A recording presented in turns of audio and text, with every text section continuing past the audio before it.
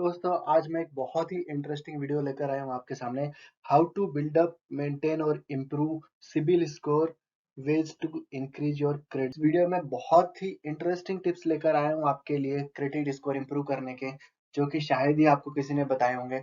ये credit card को over long period of use करने के बाद मैंने ऑब्जर्व किए हैं। तो ठीक है, स्टार्ट करते हैं। व्हाट इज क्रेडिट स्कोर से या what is CIBIL score. CIBIL score ऐसी चीज है जिसके बेसिस पे बैंक्स ये डिटरमाइन करते हैं कि आपकी क्रेडिट वर्दीनेस क्या है। मतलब अगर वो लोन आपको देंगे तो कहीं आप डिफॉल्ट तो नहीं करोगे। तो जिसका जितना अच्छा क्रेडिट स्कोर होगा उसको उतना ही क्रेडिट कार्ड मिलने का चांस बेटर होगा। तो एक अच्छा सिबिल स्कोर क्या है? 750 प्लस एक अच्छा सिबिल स्कोर माना जाता है। बेनिफिट्स क्या है अच्छे सिबिल स्कोर के? बेनिफिट्स ये हैं कि you can get loan easily. आपको लोन कंपैरेटिवली आसानी से मिलेगा क्योंकि आपकी क्रेडिट वर्दीनेस ज्यादा है, और इंटरेस्ट रेट भी आपको चीपर मिल सकती है because of your high credit worthiness. अब हम क्रेडिट स्कोर के पैरामीटर्स जानेंगे जिसके बेसिस पे क्रेडिट स्कोर बिल्डअप होता है। किसी का अच्छा होता है, किसी का बुरा होता है। और साथ में देखेंगे कि हमें एक हर पैरामीटर में क्या एक्शन लेना चाहिए या हमें क्या प्रैक्टिस फॉलो करनी चाहिए। सबसे पहला है पेमेंट हिस्ट्री। जी हाँ, कोई भी बैंक आपका पेमेंट हिस्ट्री देखता है। अगर आपके पास पहले से क्रेडिट कार्ड है या आपने पहले कभी लोन लिया है तो आपको क्रेडिट हिस्ट्री, आपकी पेमेंट हिस्ट्री चेक करेगा कि आपने क्या बराबर टाइमली पेमेंट किया है। तो यहाँ पे क्रेडिट स्कोर अच्छा रखने का एक सॉल्यूशन है कि आपको हमेशा अपने सारे पेमेंट्स टाइम पे करने हैं। कभी भी एक भी पेमेंट आपका डिले नहीं हो। तो इसका बहुत बड़ा इम्पैक्ट है आपके क्रेडिट स्कोर पे। सेकंड पॉइंट है फुल पेमेंट। आप अपने क्रेडिट कार्ड का हमेशा फुल पेमेंट कीजिए। उसमें एक ऑप्शन आता है मिनिमम पेमेंट आपको इतना करना है, मिनिमम ड्यूज, और आपका ओवरऑल लिमिट ये है, और आपका यूजेज फॉर द मंथ ये है। तो जितना आपका मंथ का यूजेज है आप हमेशा फुल ही पे कीजिए आपका क्रेडिट स्कोर बेटर बिल्ड करने के लिए। थर्ड पॉइंट है क्रेडिट कार्ड एप्लीकेशंस। देखिए, बहुत ही शॉर्ट टेनर में बहुत सारा क्रेडिट कार्ड एप्लीकेशंस अप्लाई नहीं करना चाहिए। There should be healthy gap between two credit card applications. साल में on an average 2-3 credit applications आप दे सकते हैं, ज्यादा से ज्यादा। इससे ज्यादा आप मत दीजिए। बहुत ज्यादा इंक्वायरी जाने पर हो सकता है कि इसका थोड़ा नेगेटिव इम्पैक्ट आपके क्रेडिट स्कोर में पड़े। फोर्थ पॉइंट है क्रेडिट मिक्स। ये है कि आपका क्रेडिट मिक्स किस तरह का है। मान लीजिए कोई सिर्फ क्रेडिट कार्ड यूज कर रहा है, टाइमली पेमेंट कर रहा है, फुल पेमेंट कर रहा है, बट अगर उसका क्रेडिट मिक्स, क्रेडिट कार्ड क्या है, अनसिक्योर्ड लोन है, क्योंकि आप बैंक से क्रेडिट कार्ड लेते हैं उसके अगेंस्ट आप कोई सिक्योरिटी नहीं रखते हैं। दूसरा एक तरह का लोन होता है सिक्योर्ड लोन, जैसे कि कार लोन या होम लोन है। जब आप कार लोन, होम लोन लेते हो तो वो कार या घर एज ए सिक्योरिटी होती है उस लोन के अगेंस्ट में। तो क्रेडिट मिक्स का मतलब है ये unsecured loan, credit card loan, और बाकी अदर लोन्स सिक्योर्ड लोन। अगर इस तरह से आपका credit mix different different types के लोन का है और आप सबका पेमेंट टाइम पे कर रहे हैं, तो डेफिनेटली इससे आपका क्रेडिट स्कोर अच्छा होता है। नेक्स्ट पैरामीटर है क्रेडिट यूटिलाइजेशन रेशियो। इसको हम डिटेल में समझेंगे। क्रेडिट यूटिलाइजेशन रेशियो क्या है? Overall credit utilised divided by overall credit limit. इसको हम एग्जाम्पल के थ्रू जानेंगे। उससे पहले हम ये जान लेते हैं कि एक क्रेडिट यूटिलाइजेशन रेशियो जनरली कितना रहना चाहिए। सी, आपका मैक्सिमम क्रेडिट यूटिलाइजेशन रेशियो रहना चाहिए 30%। जी हाँ, जितना कम होगा आपका क्रेडिट यूटिलाइजेशन रेशियो उतना ही अच्छा रहेगा आपके सिविल स्कोर के लिए। क्योंकि बैंक्स को लगेगा अरे इसका यूजेस बहुत कम है, तो इसका डिफॉल्ट करने का प्रोबेबिलिटी भी कम है। कोई अपना 80-90% यूज कर रहा है, अरे यार ये तो इतना यूज कर रहा है, किसी दिन पे नहीं किया तो प्रॉब्लम हो जाएगा। ठीक है, तो हम एक एग्जांपल के थ्रू जान लेते हैं कि कैसे क्रेडिट यूटिलाइजेशन रेशियो कैलकुलेट करते हैं। मान लीजिए मेरे पास दो क्रेडिट कार्ड है।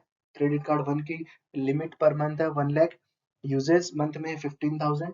सेकंड क्रेडिट कार्ड का क्रेडिट लिमिट है 1.5 लाख एंड यूजेस है मंथ का 20,000। हमें इनका टोटल करना है।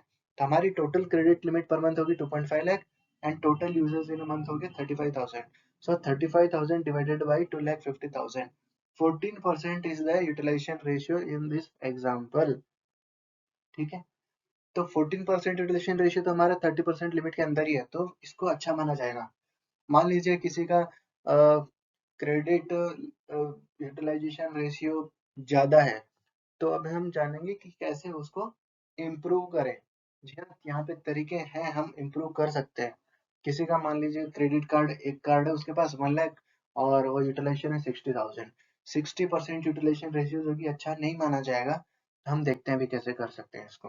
पहला तरीका है क्रेडिट यूटिलाइजेशन रेशियो इम्प्रूव करने का, increase credit limit whenever available. यहाँ क्रेडिट कार्ड कंपनीज जो बैंक्स हैं, वो आपके क्रेडिट कार्ड पर आपको time to time increased limit offer करते हैं। मान लीजिए आपकी क्रेडिट लिमिट 1 लाख है, वो आपको ऑफर कर देंगे अभी 1.5 होने वाली है। तो आपको, अगर आप उस क्रेडिट लिमिट को एनहेंस कर देते हैं और आपका एक्सपेंसेस तो उतना ही रहता है, तो ऑटोमेटिकली आपका क्रेडिट यूटिलाइजेशन रेशियो रिड्यूस हो जाएगा। सेकंड वे है pay before statement generation date. Statement generate, आपको पता है, आपने मान लीजिए क्रेडिट कार्ड में 50,000 स्पेंड किया, स्टेटमेंट जनरेशन होता है मान लीजिए आपका फर्स्ट को, तो 31st नहीं, एक दो दिन पहले ही उससे आप कुछ क्रेडिट कार्ड का बिल सेटल कर दीजिए, आप पे कर दीजिए पहले ही, जनरेशन होने से पहले, स्टेटमेंट जनरेशन होने से पहले आप क्रेडिट कार्ड का बिल पे कर सकते हो। यस, और वो आपके अकाउंट में क्रेडिट होगा और स्टेटमेंट में भी क्रेडिट रिफ्लेक्ट होगा। तो स्टेटमेंट में क्या होगा, नेट पेमेंट ड्यू ही शो करेगा और वही रिपोर्ट होता है क्रेडिट ब्यूरोज को। तो आपका क्रेडिट यूटिलाइजेशन रेशियो कम शो होगा वहां पे। मान लीजिए आपने 50,000 स्पेंड किया, 30,000 उसमें से पहले ही पे कर दिया, तो आपका क्रेडिट स्टेटमेंट में, क्रेडिट कार्ड स्टेटमेंट में 20,000 ही ड्यू दिखाएगा। तो आपका credit utilisation ratio 20,000 divided by 1 lakh 20% ही रहेगा। ठीक है।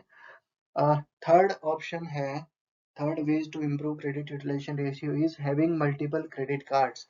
मान लीजिए आपके पास एक ही क्रेडिट कार्ड है, ठीक है, उसका लिमिट है 1,00,000, आप 60,000 यूज कर रहे हो on an average per month, तो आपका यूटिलाइजेशन रेशियो होगा 60,000, 60%। तो अभी ये तो ज्यादा है, तो मान लीजिए आपको कोई और क्रेडिट कार्ड भी मिल रहा है जिसपे भी लिमिट 1 लाख का मिल रहा है, तो आप वो एक और क्रेडिट कार्ड ले लीजिए। एक और क्रेडिट कार्ड लेने से आपका टोटल क्रेडिट लिमिट हो गया 2 lakh, 1 lakh on each card हो गया, और आपका स्पेंडिंग तो 60,000 ही है। तो इससे क्या होगा, आपका credit utilisation ratio 60,000 divided by 2 lakh, वो 30% हो जाएगा, 60% से सीधा आधा। ओके। इस पैरामीटर है एजिंग। जी हाँ, एजिंग का भी एक इम्पोर्टेंट फैक्टर है आपका क्रेडिट स्कोर डिटरमाइन करने के लिए। अब एजिंग क्या होती है, आपका क्रेडिट कार्ड का एवरेज एजिंग क्या है, number of months holding for active cards divided by number of active cards. अब हम इसको एक एग्जांपल के थ्रू जान लेते हैं। मान लीजिए मेरे पास अभी एक्टिव कार्ड, 4 एक्टिव कार्ड है, ठीक है। फर्स्ट क्रेडिट कार्ड का मेरा एजिंग है, एजिंग मतलब आपके पास वो कितने टाइम से है। मेरा पास फर्स्ट क्रेडिट कार्ड है 6 साल और 4 महीने से है, तो इसको मैं इक्विवेलेंट मंथ में कन्वर्ट कर लूंगा, जो कि 76 आ गया। सेकंड कार्ड है मेरे पास 5 साल 1 महीने से, थर्ड कार्ड है 2 years 5 मंथ से, एंड फोर्थ कार्ड है 2 year 2 मंथ से। अब इन सब ईयर्स प्लस मंथ को मैंने इक्विवेलेंट मंथ्स में कैलकुलेट कर लिया, so total number of months holding मेरा आ गया 192 मंथ्स। ठीक है, टोटल नंबर ऑफ कार्ड्स मेरे पास है 4, so 192 month divided by 4 is equal to 48 months. मेरा एवरेज होल्डिंग 48 मंथ्स है। इसको मैं ईयर में कन्वर्ट करूंगा, तो एवरेज होल्डिंग मेरा आ गया 4 ईयर्स का। 4 ईयर्स का होल्डिंग अच्छा तो माना जाता है। ठीक है। तो अभी जितना ज्यादा आपका एजिंग हिस्ट्री है, जितना ओल्ड एजिंग हिस्ट्री है या जितना ज्यादा एजिंग हिस्ट्री है, उतना ही अच्छा रहता है आपके क्रेडिट कार्ड स्कोर के लिए। अब मान लीजिए किसी का एजिंग हिस्ट्री कम है, तो यहाँ पे कुछ टिप्स है कि एजिंग हिस्ट्री को किस तरह से थोड़ा बेटर किया जा सके।